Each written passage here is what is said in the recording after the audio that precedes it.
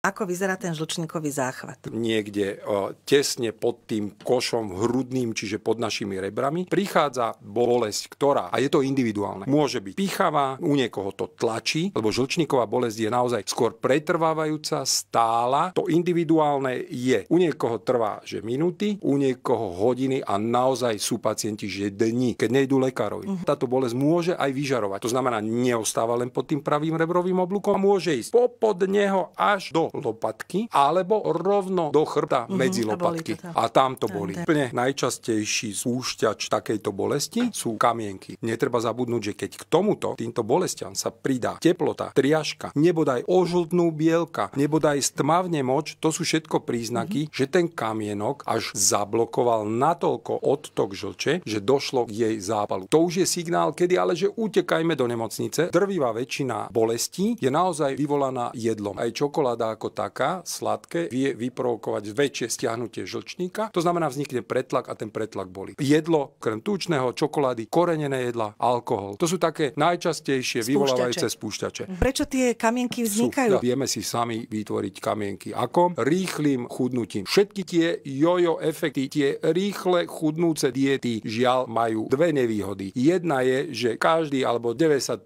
z nich po nich príbere znova. Príliš rýchle schudnutie rovná sa veľká šanca získania kamienkov.